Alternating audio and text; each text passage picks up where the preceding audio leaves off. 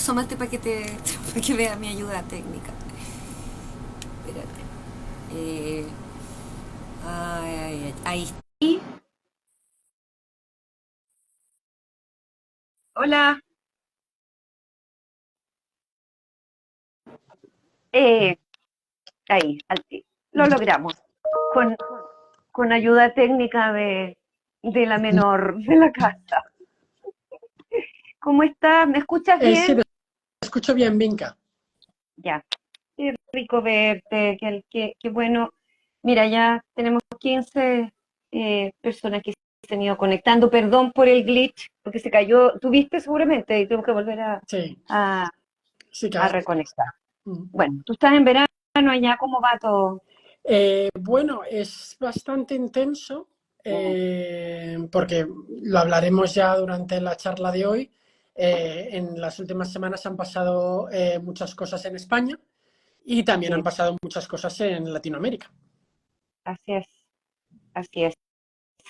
Acá hace mucho frío, yo he estado bien resfriada, más que resfriada, pero resistiendo. Como decimos en Chile, pasaremos agosto.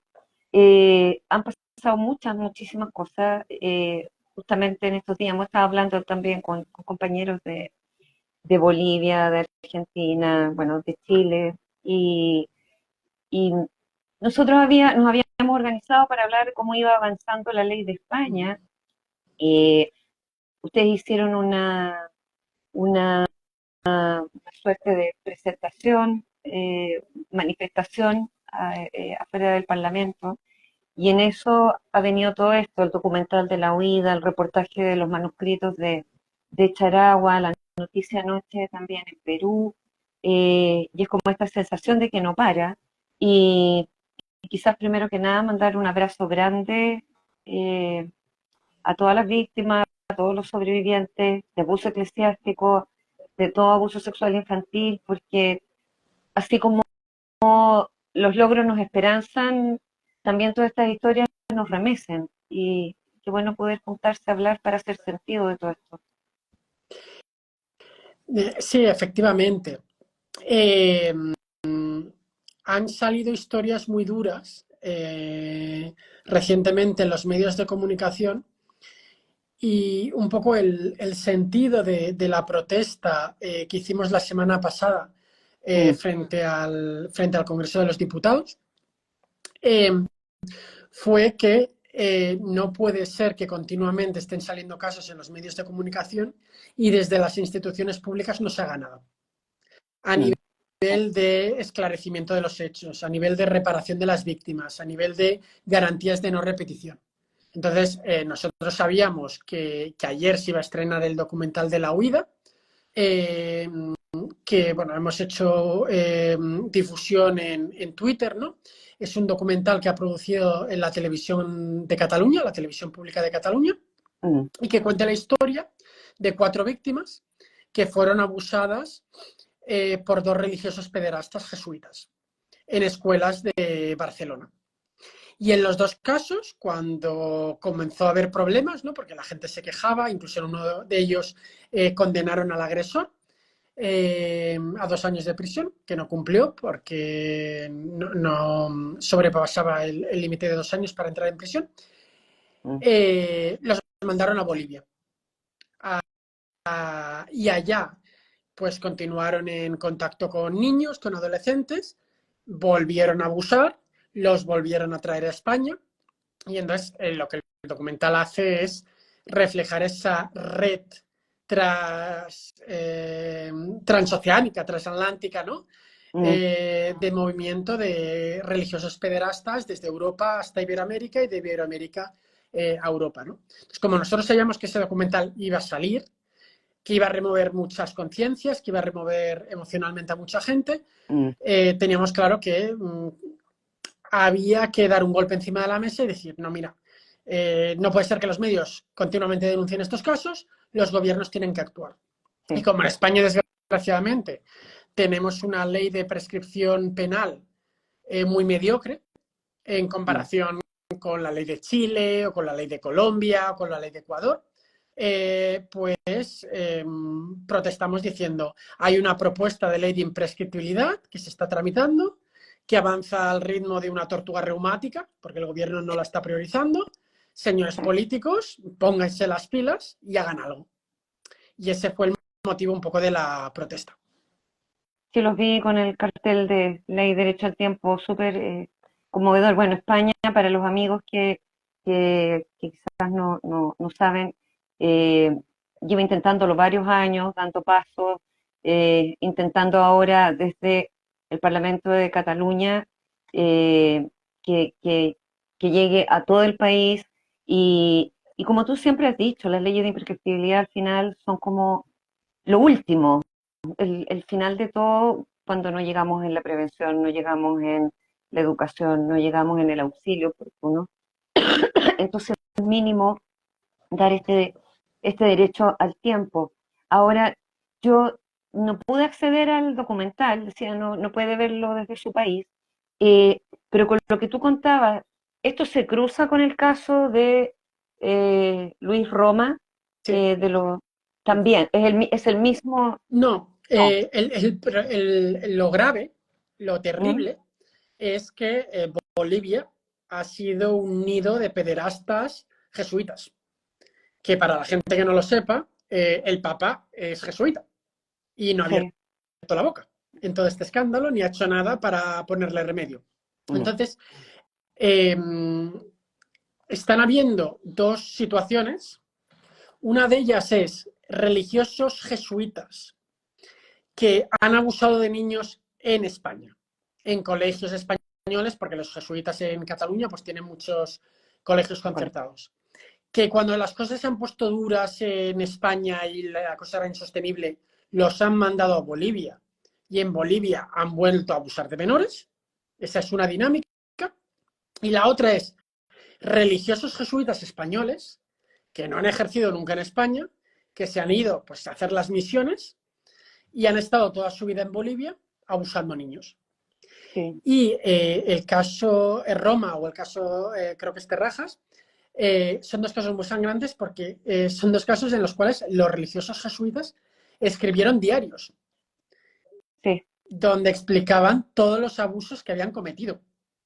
Y en el caso, por ejemplo, que se publicó el caso Roma, que se publicó el diario, que se publicó este domingo, sí. eh, es el resultado de una investigación interna que hicieron los jesuitas, que no hicieron pública y en la Mm. cual los hechos quedaban fuera de toda duda, porque aparte de escribir en su diario los abusos que estaba cometiendo, tomó numerosas fotografías de las víctimas abusadas.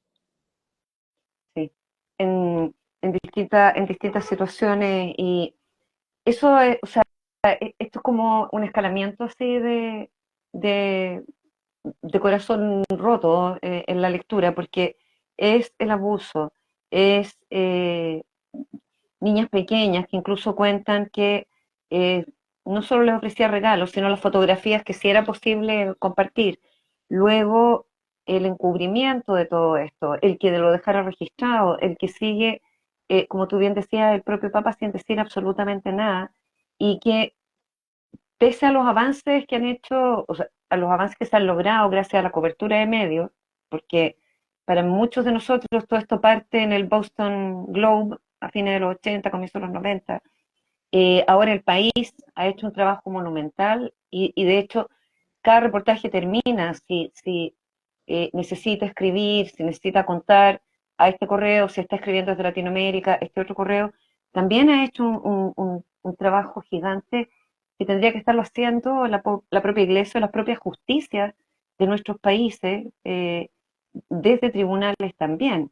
Y uno ve que, por ejemplo, un cambio de conducta que se ha dado en otros países en relación a los colegios es que haya más fiscalización, es que haya una sanción social, que baje la matrícula, que baje el diezmo, inclusive.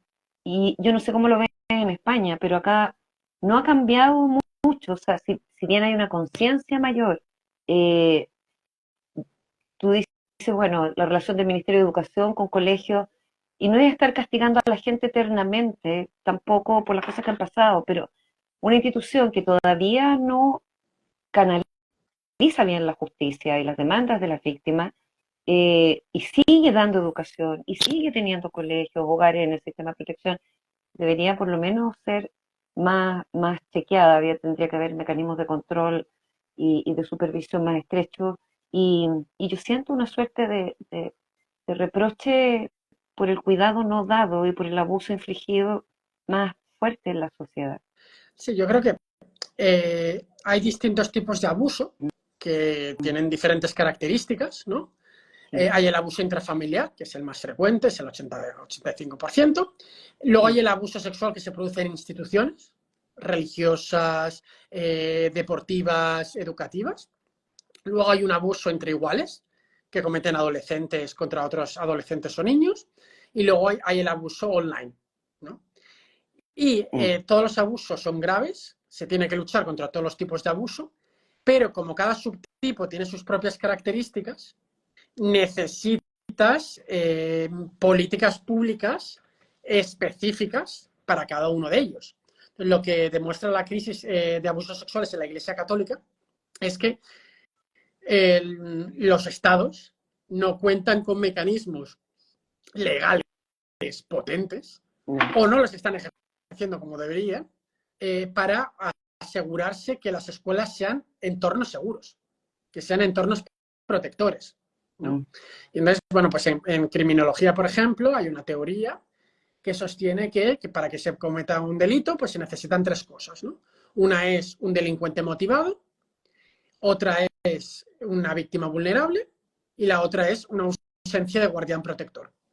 Pues lo que estamos sí, viendo en abusos institucionales es que los pederastas buscan trabajar con niños y por eso intentan entrar en esas instituciones. Los niños que acuden a esas instituciones son vulnerables porque les enseñan a fiarse del sacerdote, del profesor, del entrenador. Y luego, no es que el problema sea que haya una ausencia de guardián protector, sino que el mm, guardián protector, las instituciones están protegiendo al pederasta, no a la víctima. mm, exactamente. Entonces hay que darle un repaso completo, ¿no? Las leyes de imprescriptibilidad son un primer paso y son importantes. Y yo creo que estos casos que estamos mencionando, ¿no? Demuestran el porqué. En España, por ejemplo, hay un registro de delincuentes sexuales. En Chile Esto también. significa que si tú quieres trabajar con niños o hacer voluntariado con niños, tienes que pedir un certificado de antecedentes penales y solo si demuestras que no has sido condenado por abusos sexuales, puedes trabajar con niños. Si los delitos prescriben, el pederasta puede trabajar con niños sin problemas. Este Eternamente. registro es algo muy, muy, muy reciente. Se lleva pidiendo desde hace años, pero los gobiernos no hacían nada. Y se implementó creo que en 2015, 2016. O sea que tiene menos de 10 años. Este Mm. registro de delincuentes sexuales no está en todos los estados latinoamericanos. No, en Chile contamos con él, pero el problema que denuncian continuamente las familias, papás, mamás de niños víctimas, eh, es que muchas veces está desactualizado, entonces que hay que estar pidiendo que se actualice. Inclusive en causas donde se ha consignado que debe ir al registro la persona condenada, se demoran en actualizarlo. Ahora, es un gran avance versus el estar moviéndose a tientas todo el tiempo, como era antes. Y, hay muchas, y hay muchas personas que reprochan el registro por temas de más o menos que la persecución permanente, la dificultad de reinserción laboral, y ahí es como explicar una y otra vez que especialmente en entornos, como tú dices, educativos, donde se mueven niños, pero también muchas veces en entornos que uno pensaría que nada que ver, en la medida que están insertos en una comunidad y hay cercanía con niños, ese registro también, no para trabajar con niños, yo sinceramente encuentro que una consulta válida y totalmente necesaria de hacer en niños, cuando hay niños cerca. Y, y yo quería preguntarte, antes que justo mencionara lo del registro, a propósito de la relación con la iglesia, bueno, nosotros participamos de este informe eh, sobre Latinoamérica y los plazos de prescripción y la situación de justicia del abuso sexual infantil, donde se ordenan los países eh, acorde en qué situación están, si ya cuentan con imprescriptibilidad total, parcial, o solo reforma de los plazos, etcétera, y la presencia o no del concordato. No toda la gente sabe eso. Me gustaría que si nos podías contar de Sí, concordato. en el informe, ¿no? Uno de los casos principales que mencionábamos para explicar por qué era necesario realizar un informe de este tipo era el caso Próbolo, el caso de Corradi. Que Corradi era un pederasta que abusó de niños en Génova, en Italia, en los años 60, en Instituto para Niños Sordomudos de Próbolo, de Verona.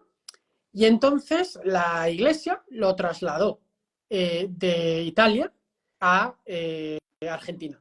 Primero recayó en La Plata y luego fue a Mendoza. Y cuando los supervivientes italianos denunciaron públicamente los abusos que habían sufrido, décadas después de que pasaran, la justicia italiana no podía actuar porque el delito había prescrito. Avisaron al Papa y le explicaron que estaban muy preocupados porque había ciertos pederastas como Corradi que estaban en Argentina en contacto con niños. El Papa Francisco no hizo nada. Y entonces la justicia argentina actuó y en 2016-2017 detuvo a Corradi y a un grupo de empleados de la institución porque habían hecho una red de explotación sexual. Y fue condenado cuando tenía 80 años y había estado abusando a niños hasta los 70. O sea, que había estado abusando de niños durante décadas en Italia y En en Argentina. Argentina. Entonces, nosotros lo que explicábamos es que este caso, los casos de Bolivia que hemos mencionado, otros casos de maristas que trasladaron de Cataluña a Chile, ¿no? Demuestran que ha habido una red de pederastas transcontinental. Y entonces, para destrozar, ¿no? Desarticular esta red, que se aprovecha de que la Iglesia es una institución global, que tiene delegaciones en todos los países, es necesario que tanto en España como en Iberoamérica los gobiernos reaccionen. Y entonces, hay gobiernos que lo han hecho, como el de Chile, el de Colombia, el de México a nivel federal o el de Ecuador, que sí que han aprobado la ley de derecho al tiempo de imprescriptibilidad, y hay otros como el de Bolivia que no lo ha hecho, que tiene unos plazos de prescripción muy cortos. Entonces, lo que alertábamos en el informe es, si no quieren ustedes en los distintos países convertirse en el estercolero, donde les echan, donde les depositan los pederastas europeos y norteamericanos que no quieren, que nadie quiere, tienen. O irlandeses, bueno, el caso de Chile fue en algún minuto. Exacto. Por favor, aprueben leyes de imprescriptibilidad porque están mandando un mensaje muy potente que es os vamos a perseguir tarde lo que tarde. O sea, al final vais a acabar pagando. Y por eso se hizo ese ranking para que la gente fácilmente, visualmente, pudiera ver cuáles son los países más avanzados de la región y los países con leyes peligrosas. Ahora, lo que muchas personas no saben, por eso la pregunta, es que fuera de la limitante de nuestras propias leyes en cada país o de nuestros propios plazos en cada país, estaba para otros países esta situación de concordato que también habría que desvanecerla, porque malamente se va a poder estar haciendo justicia teniendo a la Iglesia como parte participante y a la vez involucrada, imputada. Sí, los concordatos, básicamente, son un acuerdo entre dos estados. El Estado Vaticano y un país, como por ejemplo España. ¿Cuál es el problema? Que históricamente la Iglesia, mediante los concordatos, ha querido blindar una serie de privilegios a nivel económico, no tener que pagar impuestos, y uno de ellos ha sido un privilegio, un trato de favor a nivel penal, ¿no? Pues, por ejemplo, en el concordato que había en España durante el franquismo, se establecía una serie de cláusulas que decían que, bueno, pues para que la justicia pudiera actuar contra un religioso, tenía que tener la autorización del obispo. Y si el obispo no mm, autorizaba, pues la justicia no podía actuar. Entonces, en América Latina hay estados que no tienen concordato y hay estados que sí lo tienen. Y analizando esos concordatos, se ve que suponen una barrera muy importante para poder investigar estos delitos, ¿no? Hay casos en los cuales eh, la justicia no puede actuar por la vía penal contra el religioso sin la autorización del obispo. Hay otros en los cuales el religioso no se considera un empleado de la diócesis, por lo tanto, si hay que pagar una indemnización, el obispo se lava las manos y dice que la paga el pederasta. En otros casos, en los archivos secretos canónicos, donde los obispos guardan todas las fichas de personal de los curas pederastas, se les da una protección especial, de manera que son secretos y que el Estado no puede acceder a ellos, ¿no? Entonces son toda una serie de barreras que dificultan ese esclarecimiento de los hechos. En España, por ejemplo, tuvimos una investigación completamente descafeinada del Defensor del Pueblo, sí. en la cual el Estado, el Defensor del Pueblo, que es el alto comisionado de los derechos humanos, fue incapaz de acceder a los archivos canónicos por la interpretación que hizo del concordato.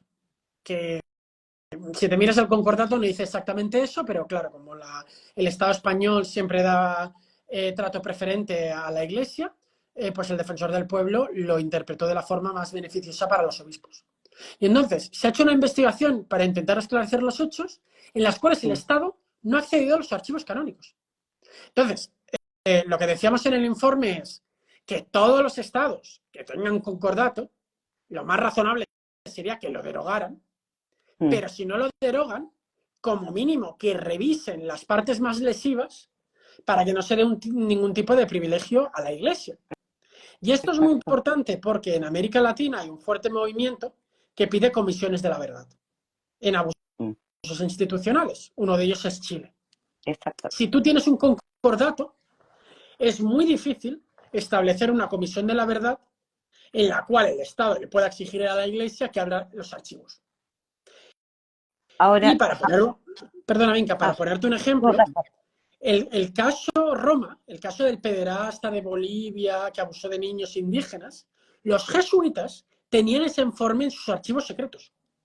mm, Si un Estado como el de Bolivia hace una comisión de la verdad y le pide a los jesuitas entréguenme sus archivos y existe un concordato, los jesuitas pueden decir no, porque es confidencialidad de los archivos. Según el concordato, no tenemos obligación legal de entregarse. mm. Yo me sorprende que en el siglo XXI exista un acuerdo de ese tipo. Y aunque no exista, porque cuando revisábamos los países, Chile no tiene concordato, eh, y a pesar de todo, hay una actitud que igual tiene, tiene trato preferente en muchos sentidos. De hecho, aún sin concordato, el año 2019, hubo una situación como bien escandalosa acá, eh, porque se había firmado, eh, se había acordado un convenio de colaboración para la justicia con la Iglesia, que era una propuesta que venía de cuando el Papa vino y se armó la Comisión Chicluna, pero que quedó como perdido por ahí en un escritorio, y se termina recién firmando o conociendo su existencia, porque se había firmado muy recientemente el año 2019. Y para uno, como ciudadano, es súper loco tratar de entender esto de que la iglesia, que está acusada por una serie de crímenes, de abuso sexual infantil, de abuso sexual de jóvenes, abuso institucional, etcétera, firmaba para comprometerse a participar o a colaborar con la justicia, siendo ella la propia investigada. Entonces, organizaciones acudieron a hablar con el fiscal nacional y finalmente se retractó ese acuerdo, pero ahí uno se da cuenta de que, por una parte, desde el poder todavía pesan esta estructura, y por otra parte, ayer también, no sé si alcanzaste a ver de las noticias de Bolivia o de Perú, que entrevistaban a distintas personas en la calle y qué les parecía esto, que se había sabido a propósito de los escritos de Charagua, el abuso de las niñas guaraní, etcétera. Y, y gente que decía, bueno, pasó hace tanto tiempo, ¿cómo sabe uno? O en realidad, ¿quién es uno para juzgar? Algunas personas decían que obviamente tenía que haber un proceso penal, etcétera y todo. Pero cuando escuchas estas respuestas, eh, te das cuenta de la cantidad de resistencia eh, y, y, y de, no sé, lazos como tan como nudos que disolver por la presencia de la iglesia, el poder que ha ejercido, lo que ha significado. Y ahí uno encuentra mucho más admirable, yo desde esta vereda, todos los esfuerzos que han hecho los sobrevivientes de abuso eclesial, porque realmente era ir contra algo gigante. Tú hablaste de la Comisión de Reparación, la red de sobrevivientes de Chile, como la red de sobrevivientes de Latinoamérica están empujando también por eso.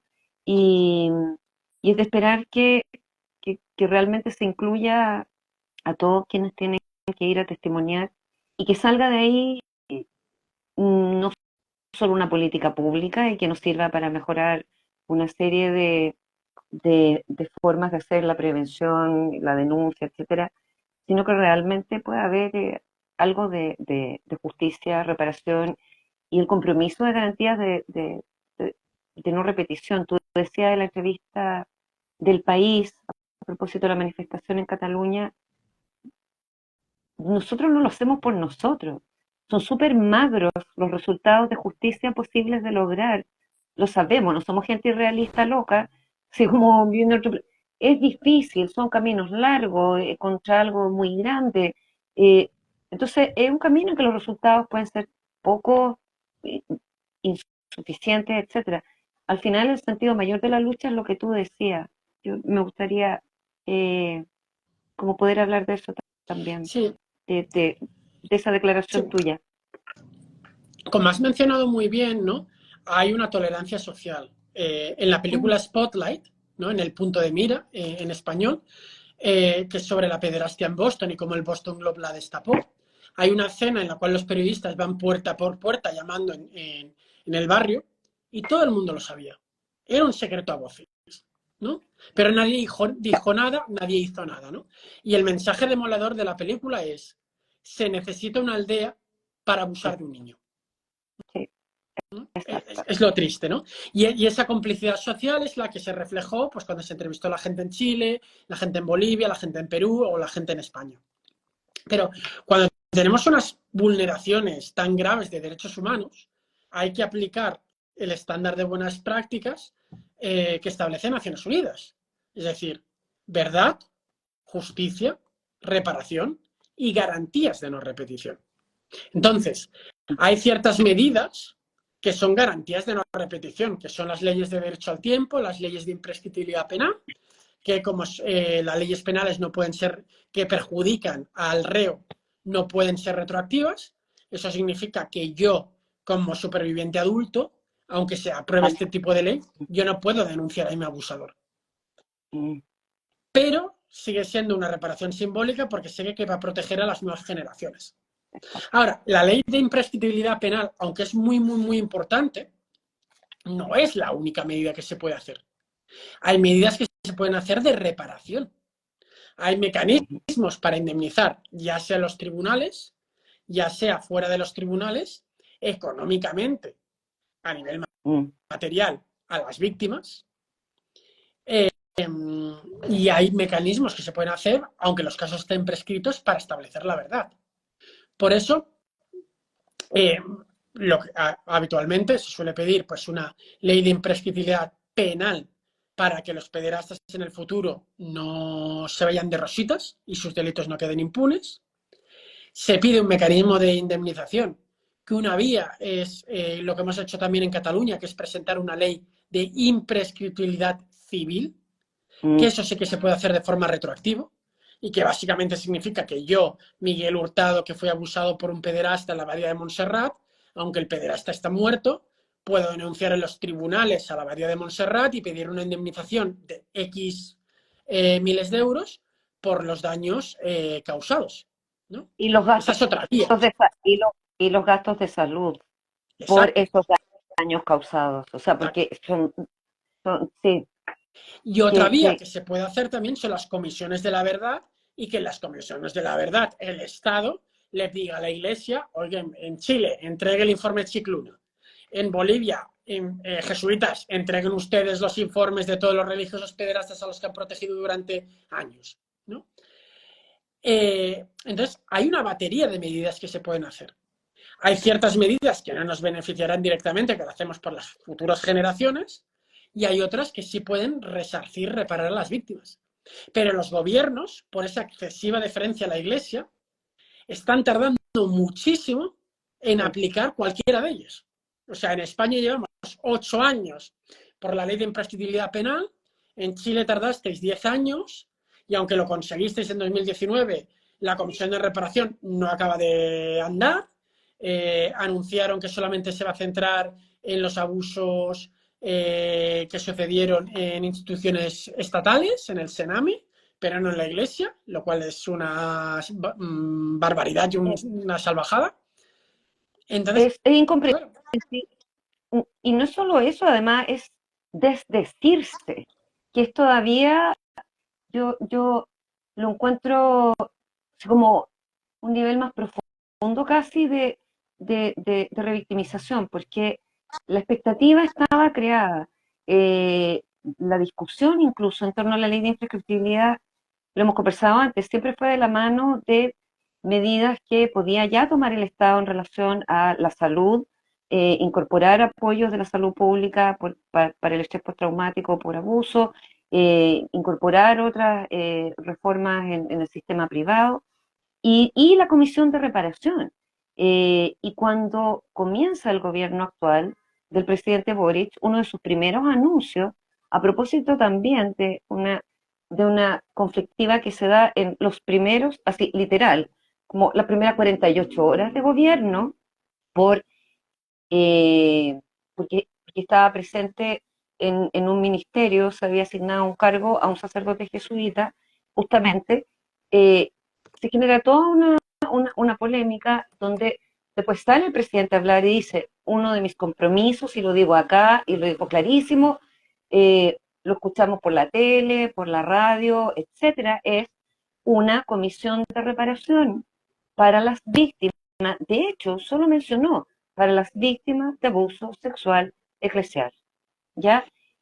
Luego se va ampliando esto en la comisión de abuso institucional, ¿ya? Porque además eh, era, era difícil también pensar en separar por etapas cuántas tantas instituciones se cruzan. O sea, la iglesia tiene, tiene hogares de sistema de protección, también tiene escuelas, cruces de deportes con escuelas, con esto. Entonces era como todo.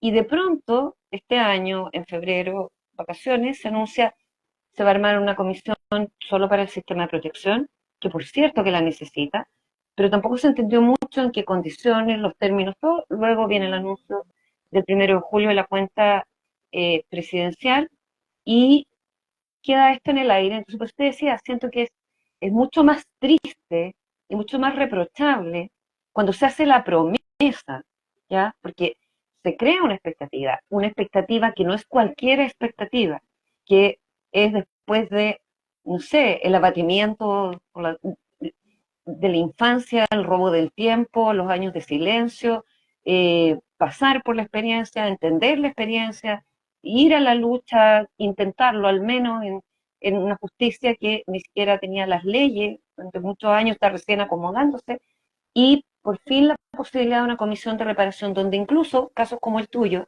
que no van a tener justicia por la falta de retroactividad y todo eso, por lo menos en lo penal no, quizás tú en lo civil sí en España, acá ni siquiera eso es tan seguro, eh, por lo menos estaba esta comisión. Y esa es una promesa que hace ni más ni menos que el presidente de la República. ¿Ya?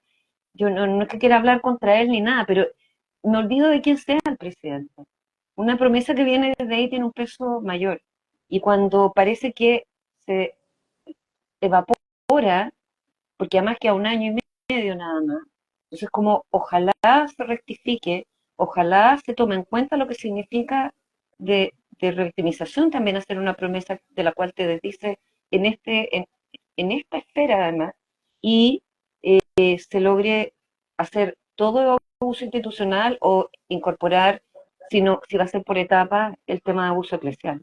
Sí, o sea, los ejemplos de buenas prácticas, Comisión Mm, Australiana, la Comisión Británica, han sido sobre abusos en entornos institucionales. sí, ¿No? Y han investigado el abuso en la Iglesia Católica, en iglesias protestantes, en exacto. centros educativos, en centros de deporte, por lo que hablábamos, ¿no? Porque hay un subtipo de abuso sexual que se produce en instituciones Todas las iglesias, que tiene sí. características específicas y que, por lo tanto, necesita una investigación específica.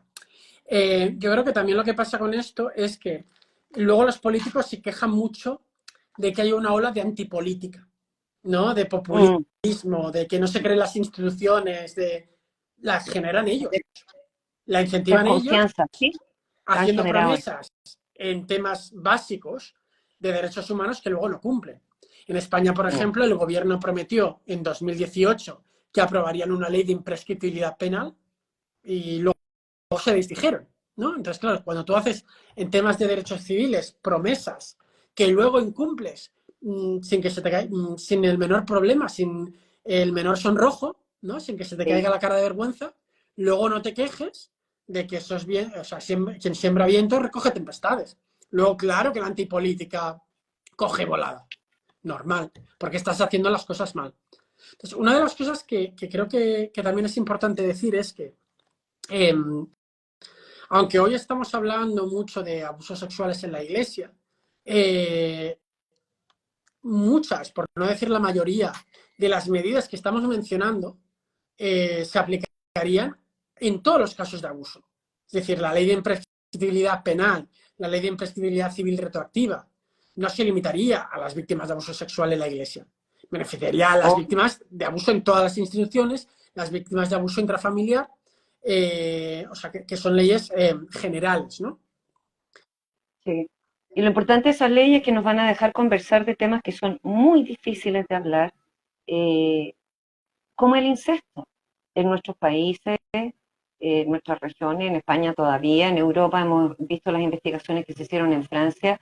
Es un tema del que nos ha costado mucho hablar. Es como, se menciona así como parte de una suerte de clasificación, pero nos falta muchísima conversación ahí. Yo te quería preguntar, Miguel, también, eh, porque eso sería otra medida más que ayudaría en este camino sobre los avances del convenio de Sí, Lanzarote, que ojalá, porque hay la voluntad expresada, se firme pronto desde Chile, o sea, Chile lo firme y suscriba pronto también, pero cuéntanos más de eso, para todos los que sí. están conectados. En Europa hay una organización internacional que se llama el Consejo de Europa, que reúne a todos los países europeos, que son 46-47. Y pues se hizo un tratado de derechos humanos, la Convención Europea de Derechos Humanos, con un tribunal de Estrasburgo que tenía la potestad de garantizar que ese convenio se cumpla.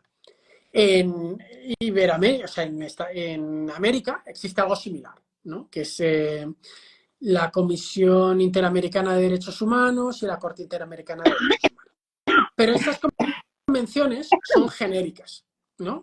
Generales. Tratan de violaciones de derechos humanos de cualquier tipo, ¿no? Y lo que se vio es que hacía falta un tratado internacional específico dirigido a luchar contra el abuso sexual infantil. Y ese fue el convenio de Lanzarote, en el cual ha sido ratificado por todos los estados de Europa. Se incluyen toda una serie de obligaciones legales que suscriben los estados a nivel de prevención, detección precoz, reparación, acceso a la justicia. Pues bueno, es integral.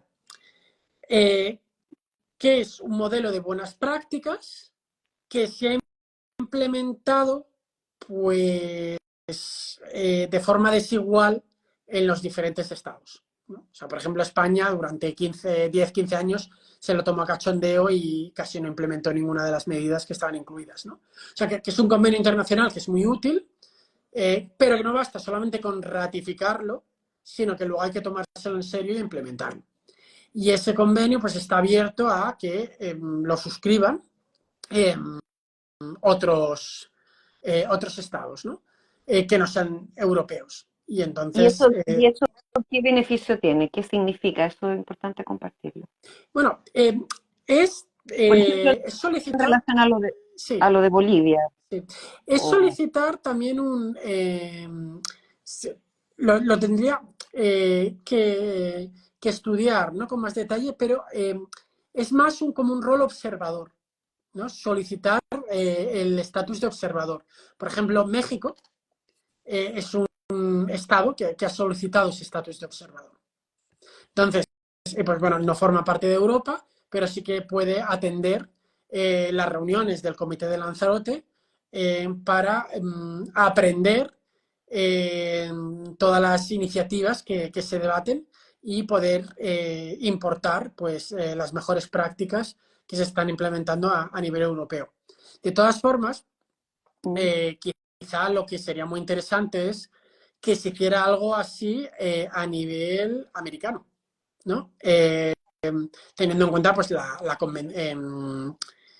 o sea, que se hiciera un tratado internacional en el seno de la Organización de Estados Americanos, específicamente dirigido al abuso sexual infantil y ratificado por todos los países de América de obligado cumplimiento. O sea, es replicar el modelo que está en Europa con el convenio de Lanzarote en América. no, eso sería, o sea, vamos soñando y cumpliendo esos sueños. Quiero después ir leyendo lo que está acá, pero eh, en categoría de observador o como Estado firmante, el tema de la posibilidad de persecución internacional de ciertos abusadores que pasan entre países, eso es parte de- Sí, como de lo que podría abrir como posibilidad del acuerdo. sí, yo creo que es una cosa que es muy interesante, ¿no?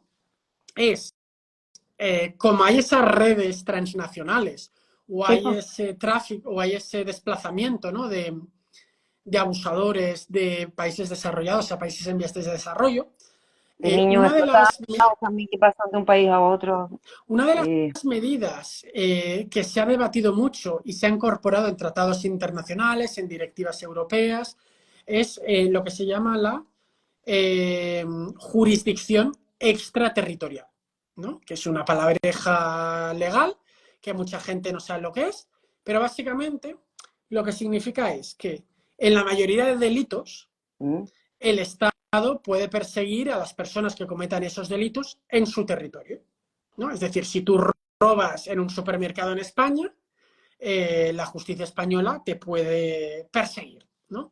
Pero si yo como ciudadano español voy a Inglaterra y robo en un supermercado, la justicia española no me va a perseguir por el robo en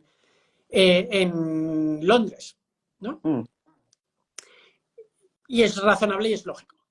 Pero a nivel internacional hay una serie de delitos que son tan graves, tan graves, tan graves, que se adopta una postura diferente. Y entonces lo que se dice es, para poderlos perseguir de forma efectiva, no solamente la justicia española va a poder perseguir los delitos que se cometen en España, sino también los delitos que se cometan fuera de España por parte de un ciudadano español. Y uno mm, de los delitos donde existe esa jurisdicción extraterritorial es de los delitos de pederastia. ¿Eso qué quiere decir?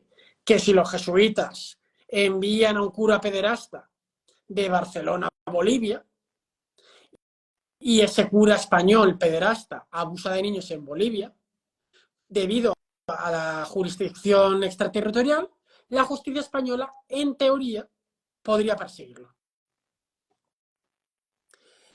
¿Cuál es ya, el problema? mm, Pues hay dos problemas. El primero es que si los plazos de prescripción en España son muy cortos, pues no se puede hacer nada. La jurisdicción extraterritorial queda en papel mojado, mm, porque las víctimas bolivianas denuncian cuando tienen 40-50, el delito está prescrito en España, la justicia española no puede hacer nada, ¿no? Eso es un problema. Y otro problema es que eh, se ha utilizado una idea como muy restrictiva de ese concepto, según el cual solamente se puede perseguir fuera del país si, según la legislación del país, ese delito es perseguible. Esto quiere decir, aunque España apruebe la imprescriptibilidad, si Bolivia no lo hace y según la legislación boliviana el delito de pederastia está prescrito, No se puede. España no puede actuar. Mm. Entonces, se está avanzando en ese camino, y ya las versiones más modernas de la jurisdicción extraterritorial, lo que se dice es, no, es que se tiene que modificar de forma que se pueda perseguir independientemente de lo que pase en el país de origen. Da igual que en Bolivia esté prescrito o no prescrito. Mm. Si en España existe imprescriptibilidad, que se pueda perseguir. No, Y importante. esto es algo que en la última directiva, en la última propuesta de directiva que se está debatiendo a nivel de la Unión Europea, que son los 27 Estados miembros de la Unión Europea, ya se ha incluido. ¿No? Es una medida que también queremos incluir en la ley de imprescriptibilidad española que se está debatiendo. Entonces, Oh, a excelente. nivel de luchar contra ese tráfico transcontinental, los países de destino latinoamericanos tienen que aprobar leyes de derecho al tiempo, mandando un mensaje de no nos envíen los pederastas. Para eso tienen la herramienta del informe que hemos publicado, Derecho al Tiempo, Brave Movement y Child Global, en el cual se hace ranking de países que los ciudadanos pueden ver si su país lo está haciendo bien o no lo está haciendo bien, y si lo está haciendo mal, exigir responsabilidades.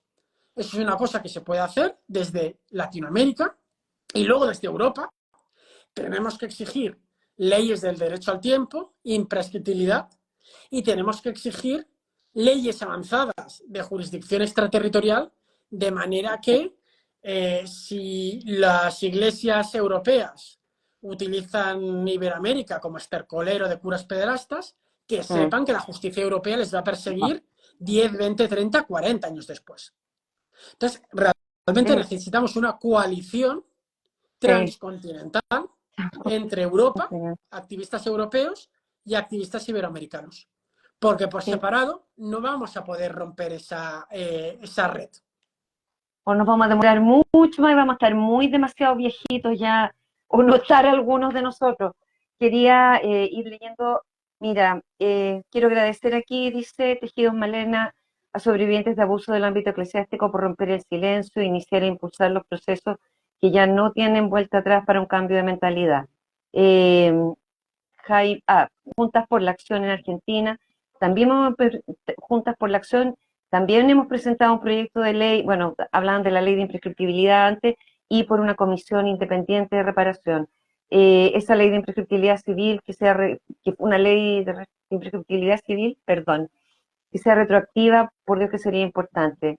Eh, Acá, Jaime Concha, también nosotros como redes sobrevivientes de Chile hemos denunciado ante la ONU y ante la Corte Interamericana al Estado de Chile y al Estado Vaticano. Tiempo de derechos sobrevivientes argentinos. En Argentina, con el proyecto que redactamos, aspiramos a una imprescriptibilidad real, sin discriminación a víctimas, ya que hoy día algunas pueden acceder a justicia y otras no. Hay quienes se dan cuenta, lo de la iglesia, dentro incluso de la iglesia, qué importante esto, dice Tejido por Malena, hay quienes se dan cuenta eh, de que de ninguna forma se puede ser juez y parte. Vamos por comisiones independientes. Gracias. Compartir buenas prácticas funciona. Todos juntos, todo suma. Y yo acá tratando de todavía ver, pero también dicen acá, se han dado caso en Argentina, por cierto, de agresores que se van a otro país. Es necesario, dice Juntas por la Acción Argentina, entiendo si están hablando de Argentina, que el tratamiento del delito sea igual en todo el mundo. Súper importante lo que dice el doctor Concha. El Comité contra la Tortura de la ONU ha declarado el abuso sexual infantil como una forma de tortura. Se lo dijo al Estado Vaticano en 2014, se lo dijo al Estado, a varios estados en un informe de la Secretaría del 2016, donde decía, aún sin ser un agente o un perpetrador directo, el Estado, por falta de diligencia debida o por pasividad en evitar el abuso, en procurar su justicia o en procurar leyes de imprescriptibilidad que permitan eso, se hace responsable también de este delito que, siendo tortura, es de lesa humanidad también. Eso habría bastado incluso tal vez como argumento para la imprescriptibilidad. Gracias, Jaime, por recordarnos eso. Eh, la cartelera, la cartelería del municipio de Almería fue vergonzoso. Eso sucedió en España. Sí, bueno, fue lamentable, fue un cartel en Almería que básicamente se veía a un niño y decía, si dice no es no, como si un niño pudiera Es, decir no, ¿no? Como si un niño pudiera consentir relaciones claro, sexuales cuando la edad de consentimiento en España son 16 años. sí, aquí lo dice antiterapia, eh, citando la publicidad. Si dice no, no es sexo, es agresión. O sea, Venga, una cosa muy importante que en relación con esto que se está comentando es haciendo el informe de Iberoamérica, identificamos que un problema muy, muy, muy importante es que en Iberoamérica, en muchos países, la edad de consentimiento es muy baja, ¿no? sí, Entonces, para que la gente lo sepa, se considera que un niño por debajo, un adolescente por debajo de una determinada edad, no puede consentir, ¿no? Entonces, si se demuestra que ha habido un contacto sexual entre un adulto y un niño por debajo de la edad de consentimiento, no hace falta demostrar si ha habido o no consentimiento. Mientras que si sucede con un adolescente por encima de la edad de consentimiento, se tiene que demostrar, ¿no? Entonces, en España la edad de consentimiento son 16 años. En Iberoamérica, en la mayoría de los países, la edad de consentimiento son 14 años. Y en y la quieren algunos bajar. son, y en algunos son hasta 13 o 12. Eso es muy grave porque Sí, significa que en Chile un adolescente entre los 14 y los 18 años, si ha habido contacto sexual, aunque haya sido con un señor de 40, 50, 60, se va a tener que demostrar la falta de consentimiento, lo cual es muy cuando debería, retraumatizador. exactamente, cuando debería asumirse que no está como capacidad desarrollada completa porque es alguien que además todavía está creciendo.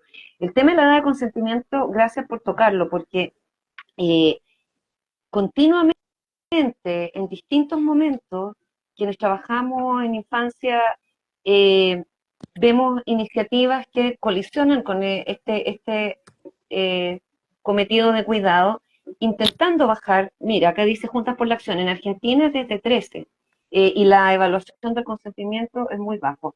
Eh, esto de evaluar, como tú decías. Hace poco tiempo, hace 2 años, en la discusión de una ley que pretende emular la del sin consentimiento es violación de España, que adolece de una serie de defectos en su diseño, que por eso está detenida, porque penalistas reputadas chilenas dijeron esta ley tiene todos estos problemas, senadores, nosotros mismos fuimos a comparecer eh, para explicar que no podía llegar y derogarse el incesto sin existir una tipificación del abuso sexual infantil, incestual por lo menos, porque no eran adultos que llegaban con la dinámica incestual de un día para otro, era una cuestión que se venía generando desde niños. Y ahí se dio este debate también de la edad de consentimiento, donde había sectores que decían, bueno, pero si a los 14 ya saben lo que es el sexo, ya saben lo que quieren, perdón, o sea, yo tuve, bueno, muchos tuvimos 14, no me queda tan claro eso, y el argumento también de vuelta era, ok, entonces si alguien de 14 está en condiciones de consentir en una relación completamente asimétrica, sin haber completado, o sea, piensa a los 14 todavía te quedan 10 años de maduración cerebral, no 3, 10, 11. Una cosa, Eh, Vinca, con entonces, esto ¿por que... qué no discutir la rebaja de la edad de responsabilidad penal? Y ahí era como, ya, claro, porque también, o sea, si estamos considerando que está en plena capacidad ya de consentir, disentir, deliberar, y no todavía en algo que está creciendo, que le falta un poquito. En España teníamos una de las edades de consentimiento más bajas de Europa, que eran primero 12 años y luego se subió a 13. Estábamos empatados con el Vaticano. O sea, cuando estás empatado con el Vaticano en protección a la infancia, Sí, no está es ponte a temblar. algo La edad de argentino. consentimiento se elevó a 16 en la reforma del Código Penal de 2015. Y había sectores de izquierda trasnochada que pensaban que esto era represor, que no era progre, que iba en contra de la libertad sexual, y es no entender nada. Es decir, en las leyes de consentimiento, o sea, las leyes de edad de consentimiento, se suele incluir una cláusula, que es la cláusula Romeo y Julieta, Exactamente, que lo dice hemos hablado. que, Bueno, dice que aunque el menor esté por debajo de la edad de consentimiento, que tenga, por ejemplo, 15 años, si la otra persona con quien tiene relaciones sexuales está cercana en edad, en madurez, en desarrollo, sí que puede existir ese consentimiento. De forma que en España un adolescente de 15 puede tener relaciones sexuales consentidas con un adolescente de 17. Lo que no puede tener un adolescente de 15 son relaciones consentidas con un adulto de 30, 40, 50 años. no, para nada. Y de hecho es una muy buena cláusula porque imagínate que esa relación va avanzando. A mí me tocó también verlo en Estados Unidos. Entonces, una niña de 16, 17, el pololo cumple 18, podría ser acusada perfectamente de estupro o violación, pero se asume un consentimiento más informado, incluso es más, para evitar que si alguien en la familia decide llegar y cambiar de opinión y acusar a la niña o el niño que tenga la diferencia de edad, que es cercana, 1 año, 2 años, eh, eso también queda como establecido en varios estados. Entonces, cuando acá se ha discutido la reforma del Código Penal, varias organizaciones y varios profesionales fuimos también a proponer eso, que en vez de bajar la edad más todavía, eh, se contemplen este tipo de cláusulas especiales que resuelven problemas de ese tipo. Pero una de las cosas que creo que es como muy importante y que este informe intenta promover es no hay que reinventar la rueda. Hay No, ejemplos de buenas prácticas, entonces lo que tienen que sí, hacer los países es copiar las mejores iniciativas de protección a todo la infancia que se están implementando. Ya sea puro, ley de... aquí el copy-paste. Sí, exacto, ¿no? Es decir, copy-paste, corta y pega.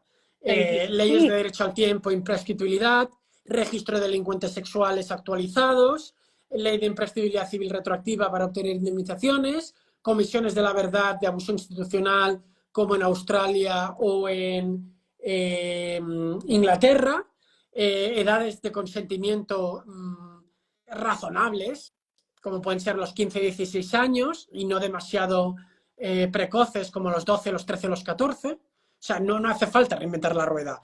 Hay buenas prácticas que se están implementando con éxito en otros países, es que haya la voluntad política de implementarlas en el país. no, excelente. Bueno, acá a veces se me perdió, pero hay que puro trabajar juntos. Acá comentan también, tejido por Malena, en todos los casos, intrafamiliar e institucional, el abuso es abuso de poder primero, a los 5 o a los 30 años. Hay casos en que incluso quizás no calificaría como delito, pero donde igual hay abuso de poder. Antiterapia, la disparidad cuando quien comete el abuso es un sujeto que representa la identidad de un grupo social, independientemente de la edad. Y acá eh, también mencionaba Tejidos por Malena, y lo más complejo, lo complejo. Yo voy anotando cosas acá para futuras conversaciones, porque eh, víctima y agresor o situaciones de abuso o de connotación sexual entre menores de edad. A veces entre hermanos, a veces entre primos chicos. eh, Uno ha visto, su Miguel también, familias partidas a pedazos, porque son sus propios hijos. Hay una serie de situaciones, y tú bien lo mencionaste, el abuso entre pares, no solo adolescentes, el abuso entre menores de edad, que no tipifica como delito, pero las situaciones traumatizantes se dan igual. En Chile existía una experiencia enorme acumulada al respecto en un centro que se llamaba Previv, que llevaba trabajando desde los 90, y lamentablemente, no sé si habrá alguien aquí en este conversatorio, pero les hemos dicho, rescaten todo lo que hicieron en esos años, porque hay que ponerlo por escrito. eh, Nos falta más orientación en ese tipo de casos, tener literatura. Ellos trabajaron con muchas familias donde eran hermanitos o hermanos o primos, chicos, tan chicos como, no sé, 5 9, o sea, y, y es un tema del que nos queda todavía mucho por aprender. Bueno, y abuso online que está dejando estragos por todos lados, porque, como decía, de hecho una investigación de ustedes, eh, que compartía Noemí Pereda en alguna entrevista, de que incluso el intercambio de actos o fotos sexuales o mensajes sexuales de parte de menores de edad con adultos a cambio de dinero o de recompensas económicas o favores, no lo veían como problemático, no lo veían como explotación, o con el potencial de al menos serlo. Y eso, yo creo que a todos nos dejó pensando, porque ¿qué falló ahí, eh, con adultos grandes que están pagando por PayPal fotos de niñitas, que los propios adolescentes no registran como un problema, sino como simplemente una transacción? Eh, Hoy día es el día, no sé qué hora es, no veo el reloj acá, se me desapareció. Quizás tú tienes alguno. ¿Y qué? ¿Tienes Sí, hora, Miguel? sí, sí. ¿En, ¿Qué? ¿En dónde? ¿En España? O sea, la tuya, yo Sí, calculo. en España la 1 de la mañana. Ya, entonces ya estamos más o menos en hora. Mira la hora que te tenemos trasnochando. Pero hoy día también, bueno, usualmente se conmemoraba y también se conmemora el Día de la Prevención, del Abuso Sexual Infantil a nivel internacional, apoyado por UNICEF por muchos años, y el 18, no, miento, 19 de junio. A partir de 2023, ONU como un todo lo consagra, eh, para el 18 de noviembre, que era la fecha original del Global Report, etcétera, porque era ese día, la primera vez. Y, y creo que, eh, como en el tono para irnos despidiendo, insistir, vamos a usar estos días, todos los días. Acá dice Juntas por la Acción, perdón, la inteligencia artificial en muchos países, el uso de la imagen de voz ni siquiera está legislado ni controlado. Es un riesgo, es un mar de riesgos, y se liberó sin mayores legislaciones anteriores. La estamos elaborando sobre la marcha, y en manos de niños. Yo me acuerdo acá, el año 2022, sí, viva el chat GPT, al que yo confieso, me niego a meterme todavía, resistiré todo lo que pueda. eh, y era como, pero ¿cómo desde la cartera de educación se recomienda ese uso sin haber una legislación que proteja a esos niños? Entonces creo que el mensaje de la prevención, Yo creo eh, que, Vinca, haciendo cuentas, en resumen, todo lo que estamos hablando, es también, crear entornos seguros. Entornos sí, seguros en la familia para poder luchar contra el abuso sexual intrafamiliar. Entornos seguros en las instituciones para poder luchar contra el abuso sexual institucional. Entornos seguros online para que los niños puedan utilizar Internet, redes sociales de forma segura. con todo su potencial positivo, claro. Entonces, al final es una cuestión de crear entornos seguros y no reinventar la rueda, aprender de otros países y implementar las mejores prácticas que ayuden a generar esos entornos seguros, ¿no? Entonces, hoy hemos hablado de muchas medidas que se pueden implementar para conseguir que las instituciones sean seguras, ya sea la Iglesia Católica u otras instituciones. Yo creo que Otras de las. tienes trabajo y te Sí, no, no, tocará otro día invitar a expertos en abuso sexual online. no, sí, tenemos preparado un conversatorio, una conversación con Marcela Monberg, que se ha pospuesto por el invierno viral de acá, pero sí, hay muchas conversaciones, hay mucho trabajo pendiente. eh, no es solo un día de la prevención, son todos los días, y a quienes nos acompañan, no hay que ser activista, no hay que ser necesariamente un trabajador en las áreas de salud, de educación, de las áreas en que estamos constantemente conectados con niños, con familias, etcétera. Todos tenemos un rol en esto, todos, todos, todos. O sea, no hay, yo siempre insisto en eso, si es un día, si es 1000 días, si es todo el año, si en cada paradero de micro, de subte, estamos atentos, si en una reunión social, eh, decimos no presionen a los niños, si intercedemos, si conversamos, si somos el antipático de la familia, pero que con una sonrisa y linda gráfica les decimos la prevención, esto, los límites, aquí, allá. Hay distintas maneras de hacerla. Eh, yo siempre pienso como en este monito de intensamente, acá vengo con la prevención, casi. Hay otros temas que son súper duros, súper dolorosos, se nos ha roto el corazón esta semana, hemos hablado los dos, hemos hablado con otros sobrevivientes de, de que quedamos mudos, yo el domingo y todos estos días y con todas las cosas que están pasando, pero cada uno de nosotros, o sea, es, es un potencial agente de cambio y de protección y de cuidado tremendo. Una persona de verdad que hace la diferencia. 100, 1000, transcontinental. Me encanta cuando tú dices, hagamos una fuerza transcontinental, perdón mi frivolidad, yo casi veo al Capitán Futuro. Y Centella y todo mi héroe de la infancia, Meteoro y no sé qué, todo defendiendo y cuidando a los niños. Y, y bueno, lo del abuso institucional, recordar que son todas las denominaciones religiosas, hasta el budismo, todas, o sea, budismo, hinduismo, judaísmo, no hay ni una que se salve. Creo que la Iglesia Católica sin duda lleva así como la mayor magnitud de esta grieta, pero son todas las denominaciones y al final es en cualquier entorno humano.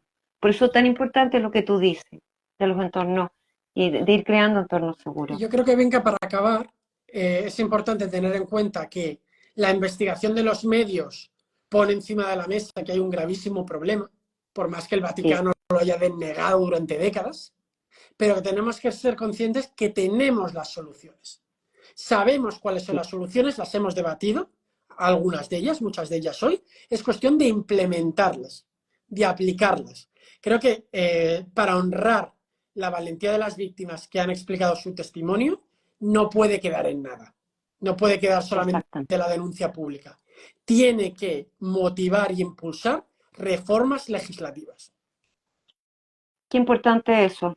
Y no te voy a hacer un GIF, Miguel, y te pediría permiso antes, pero te juro que eso, cortar esa frase y mandarla copy-paste a todos los senadores, legisladores, jefes de gabinete de los senadores y de los diputados, de todos los parlamentos, porque realmente tienen que sentir la presión eh, ciudadana, no solo de las víctimas, no solo de las organizaciones, los profesionales que acompañan las trayectorias, sino que de todos. O sea, tú bien lo dijiste, el abuso intrafamiliar atraviesa toda la sociedad. El abuso institucional también.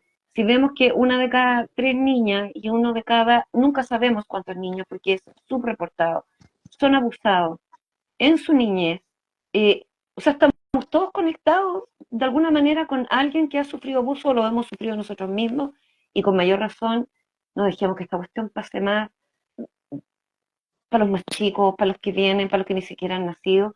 Y yo creo que esta de las cosas en las que encuentro una virtud, súper virtud, es ser majadero, insistente, insoportable casi, siempre, eso sí, con mucho amor y buena voluntad, pero no soltar, que sientan la presión que no es de un solo sector, que no es de unos pocos, que es realmente que a todos nos importa, o que a la mayoría de la población de un país le importa tanto. Te vamos a invitar a conversar de nuevo, Sí, ¿ah? yo creo que una cosa que he aprendido es que las leyes de derechos civiles, ya sean en España, en Chile, en Bolivia, en Argentina, no se aprueban solas. No, Hay que ir exactamente. No, empujando.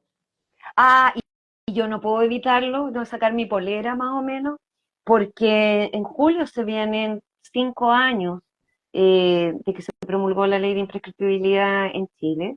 Y así como al comienzo iniciamos con un gran abrazo a todas las víctimas y sobrevivientes que además en estos días de revelaciones difíciles, como las del documental La Huida, como la de los manuscritos de Charagua a través del país, todo se nos remece.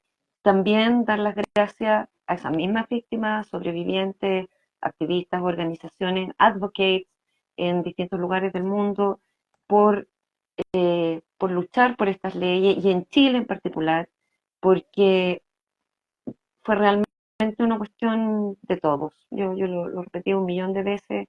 Chile es un país largo, flaquito, muy separado desde el desierto hasta lo más austral, en todas las regiones. No recuerdo absolutamente ninguna donde no haya habido apoyo, pero no solamente apoyo, iniciativas propias en la plaza pública, en el mercado, en la feria, en los colegios, entre colegas, entre jueces, entre psicólogos, abogados.